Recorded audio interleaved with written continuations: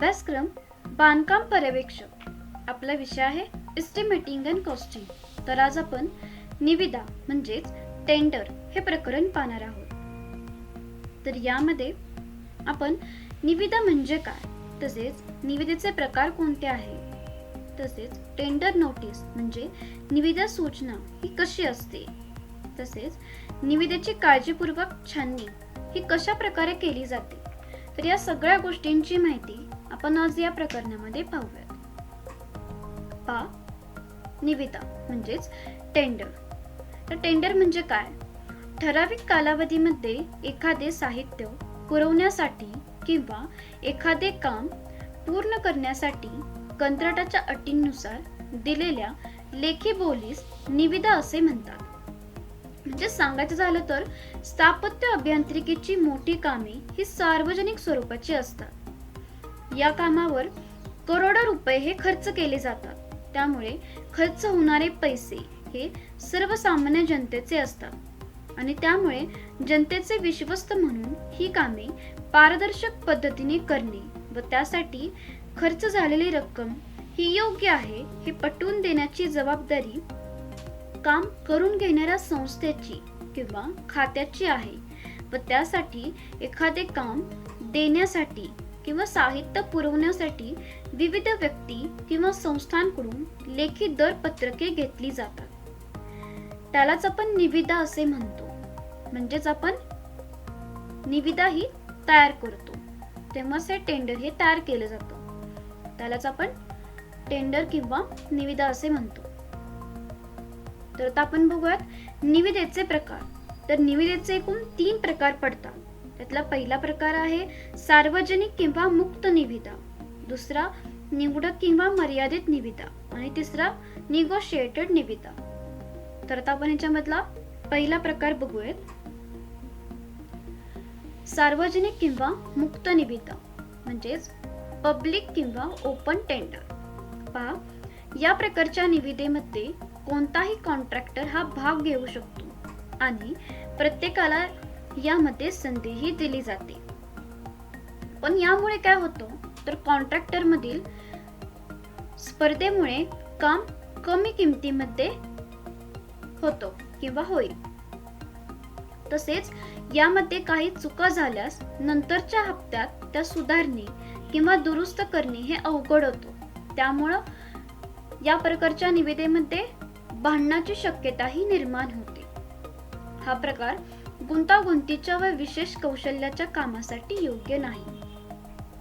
तर हा झाला आपला पहिला प्रकार म्हणजे सार्वजनिक किंवा मुक्त निविदा. आता आपण दुसरा प्रकार बघूयात, निवडक किंवा मर्यादित निविदा म्हणजेच लिमिटेड टेंडर. पहा, आर्किटेक्ट त्याच्या ग्राहकाशी सल्लामसलत करून काही निवडक कॉन्ट्रॅक्टरना प्रकल्पाची निविदा भरण्यासाठी बोलवितो. म्हणजे याच्यामध्ये काही निवडक कॉन्ट्रॅक्टरचा समावेश हा असतो. यामुळे काय होतं तर यामध्ये स्पर्धा ही मर्यादित असते म्हणजेच लिमिटेड राहते. परंतु हा प्रकार विशेष कौशल्याच्या कामासाठी उपयुक्त आहे. त्यामुळे जो तुमचा प्रकल्प आहे तो लवकर व यशस्वीपणे पूर्ण होतो. तर हा झाला आपला दुसरा प्रकार. आता आपण बघूयात तिसरा प्रकार, निगोशिएटेड निविदा म्हणजेच निगोशिएटेड टेंडर. पहा, हा निवडक किंवा मर्यादित निविदेचा सुधारित प्रकार असून यामध्ये एक किंवा जास्तीत जास्त 2 कॉन्ट्रॅक्टरना चर्चेसाठी बोलावून वाटाघाटी करून एकाला काम हे दिले जाते. यामध्ये स्पर्धा नसल्याने हा महागडा प्रकार आहे. परंतु जेव्हा दर्जाशी तडजोड न करता काम कमी वेळेत पूर्ण करायचे असते तेव्हा हा एकमेव चांगला प्रकार आहे किंवा पर्याय आहे. तर आता आपण बघितले 3 प्रकार. पहिला होता सार्वजनिक किंवा मुक्त निविदा, दुसरा होता निवडक किंवा मर्यादित निविदा आणि तिसरा होता निगोशिएटेड निविदा. तर आता आपण पाहणार आहोत निविदेची छाननी करणे. म्हणजे जेव्हा आपल्याला एखादा टेंडर मिळतो किंवा निविदा मिळते तर तेव्हा त्या टेंडरची छाननी करणे हे गरजेचं असतं.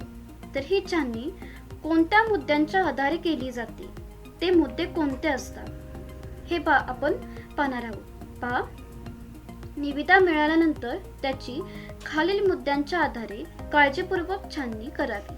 त्यातला पहिला मुद्दा आहे बयाना किंवा अनामत रकमेच्या चेकची तपशीलसह प्राप्त झालेल्या निविदेची यादी तयार करावी. दुसरा मुद्दा आहे प्रत्येक निविदेवर सही केली आहे व त्यावर कॉन्ट्रॅक्टरचा पत्ता लिहिला आहे हे तपासून खात्री करून घ्यावी. तिसरा मुद्दा आहे कॉन्ट्रॅक्टरने निविदेच्या अटी व शर्तीमध्ये दुरुस्ती केली नाही तसेच त्याने काही इतर अटी व शर्ती नमूद केल्या नाही हे पाहावे. नंतर चौथा मुद्दा आहे प्रत्येक कलमाचा दर अंकी व अक्षरी नोंदवलेला असावा. तर प्रत्येक कलमाच्या रकमेची आकडेमोड ही काळजीपूर्वक तपासावी. नंतर पाचवा मुद्दा पहा प्रत्येक पानावरील रकमेची बेरीज ही काळजीपूर्वक तपासावी, जेणेकरून काय होतं तर ज्यामुळे प्रत्येकाची बांधकामाची अचूक किंमत ही काढता येईल. नंतर आपला शेवटचा मुद्दा पहा सर्व निविदेची छाननी झाल्यानंतर तुलनात्मक तक्ता हा तयार करावा. त्यामध्ये सर्वात कमी रकमेची निविदा पहिल्यांदा तर सर्वात जास्त रकमेची निविदा ही शेवटी येईल. तर या मुद्द्यांच्या आधारे आपण निविदेची छाननी करतो. तर आता आपण पाहणार आहोत नमूद निविदा सूचना. तर निविदा सूचना म्हणजे काय तर पहा कामाची निविदा मागवण्यासाठी जी सूचना प्रसिद्ध केली जाते तिला निविदा सूचना म्हणजेच टेंडर नोटीस असे म्हणतात. तर ही निविदा सूचनेला वर्तमानपत्रांमधून वेबसाईटवरून मोठ्या प्रमाणात प्रसिद्धी देण्यात येते की ज्यामुळे कॉन्ट्रॅक्टर्समध्ये असणाऱ्या स्पर्धेचा फायदा घेऊन काम हे कमीत कमी रकमेमध्ये पूर्ण व्हावे.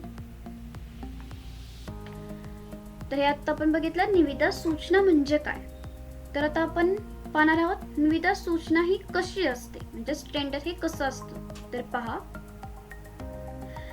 पहिल्यांदा इथे तुमच्या विभागाचे नाव किंवा खात्याचे नाव येईल. नंतर निविदा सूचना म्हणजे टेंडर नोटीस. त्यातला पहिला मुद्दा हा येतो खालील कामासाठी निविदा मागवणाऱ्या अधिकाऱ्याचा हुद्दा व त्याच्या विभागाचे नाव व ठिकाण हे इथे लिहिणार तुम्ही. नंतर यांचेकडून सेल बंद कंत्राटाचा प्रकार कोणता आहे तो येईल. नंतर तुमचा दिनांक म्हणजे तुमच्या निविदेची डेट येईल. तर ही डेट कोणती असेल तर निविदा जमा करण्याची जी शेवटची तारीख आहे ती इथे तुम्ही मेन्शन करणार. तर या दिवशी सायंकाळी 5 वाजेपर्यंत किंवा त्यापूर्वी मागवण्यात येत आहे. हा झाला तुमचा पहिला मुद्दा की ज्यामध्ये तुमच्या विभागाचे नाव व ठिकाण, नंतर निविदा मागवणाऱ्या अधिकाऱ्याचा हुद्दा येईल, नंतर तुमच्या कंत्राटाचा प्रकार कोणता आहे तो येईल, नंतर निविदेचा दिनांक म्हणजेच तुमची निविदा म्हणजे टेंडर जमा करण्याची शेवटची तारीख येईल. तर या सगळ्या गोष्टी या पहिल्या मुद्द्यामध्ये येतील. नंतर तुमचा इथं हा कॉलम येईल. तर त्याच्यामध्ये पहिल्या कॉलम मध्ये पहा कामाचे नाव व ठिकाण. तुमच्या कामाचं नाव आणि ठिकाण हे याच्यामध्ये तुम्ही नमूद करा. नंतर तुमची अंदाजपत्रकीय किंमत ही ते. नंतर बयाना रक्कम येईल. आता बयाना रक्कम म्हणजे काय तर निविदा फॉर्म बरोबर जमा करावयाच्या रकमेला बयाना रक्कम असे म्हणतात. तर ही बयाना रक्कम अंदाजपत्रकीय किमतीच्या 1 ते 2% इतकी घेतली जाते. याचा उद्देश काय असतो तर मर्यादित स्पर्धा आणि शिक्षेसाठी. नंतरचा कॉलम पहा सुरक्षा ठेव. आता सुरक्षा ठेव म्हणजे काय तर ज्या ठेकेदाराची निविदा मालकाकडून स्वीकारण्यात आलेली आहे त्या ठेकेदाराला मालकाकडे काही रक्कम ही जमा करावी लागते. त्या रकमेलाच सुरक्षा ठेव असे म्हणतात. तर ही सुरक्षा ठेव अंदाजपत्रकीय किमतीच्या 2.5 ते 10% इतकी असते. परंतु तुमचा जो व्यवहार आहे तर त्या व्यवहारात ही रक्कम ही 5% इतकी घेतली जाते. याचा उद्देश काय असतो तर मालकाने पुरवलेले साहित्य व हत्यारे यासाठी डिपॉझिट किंवा शिक्षेसाठी. तर हा झाला तुमचा तिसरा कॉलम. तुम्हाला कळालंच असेल आता सुरक्षा ठेव. व नंतर आहे तुमच्या कामाचा कालावधी. तुमचा कामाचा कालावधी किती आहे, महिने, वर्ष, जे काय असेल तो या कॉलम मध्ये. व नंतर कोऱ्या निविदा फॉर्मची रक्कम किंवा किंमत. तुमची जी निविदा आहे तर त्या कोऱ्या निविदा फॉर्मची किंमत ही या कॉलम मध्ये येईल. तर हा झाला तुमचा तक्ता. आता दुसरा मुद्दा काय आहे पहा, कोरे निविदा फॉर्म. तर यामध्ये काय येईल, तुमच्या अधिकाऱ्याचा हुद्दा, त्याचा विभाग आणि त्याचा ठिकाण या सगळ्या गोष्टी इथे मेन्शन होतील. नंतर यांच्या कार्यालयात दररोज तुमचं जे काय टायमिंग असेल, म्हणजे इथे दिले पहा शनिवार, रविवार व सुट्टीचे दिवस वगळून सकाळी 10 ते सायंकाळी 5 वाजेपर्यंत मिळतील. म्हणजे तुमचे जे फॉर्म आहेत त्याची वेळ तुम्ही इथे लिहू शकता. नंतर तिसरा मुद्दा पहा, निविदा दिनांक, म्हणजेच निविदा जमा करण्याच्या शेवटच्या तारखेनंतरची रोजी सकाळी 11 वाजून नंतर तुमचा हा इथं अधिकाऱ्याचा हुद्दा येईल व नंतर विभाग आणि ठिकाण यांच्या कार्यालयात उघडण्यात येतील. म्हणजेच तुमचा झाला तिसरा मुद्दा. याच्यामध्ये तुमचं कार्यालय कधी उघडण्यात येईल तर याची वेळ आहे ती तुम्ही इथे मेन्शन करणार. नंतर तुमचा हा झाला शेवटचा मुद्दा. काय पहा, तर कोणतेही कारण न देता एखादी अथवा सर्व निविदा नाकारण्याचे अधिकार राखून ठेवण्यात आले आहेत. हा झाला तुमचा शेवटचा मुद्दा. आणि नंतर लास्टला पहा, इथे तुमची साईन, तुमच्या अधिकाऱ्याचा हुद्दा, त्याच्या विभागाचे किंवा खात्याचे नाव आणि ठिकाण या सगळ्या गोष्टी येतील. नंतर ठिकाण, दिनांक व निविदा सूचना लिहिल्याचा दिनांक. तर या सगळ्या गोष्टी या टेंडर नोटीस मध्ये येतात. तर अशा प्रकारे तुमची ही टेंडर नोटीस म्हणजे निविदा सूचना ही तयार केली जाते. तर अशा प्रकारे आपण निविदेची माहिती शिकलो. धन्यवाद.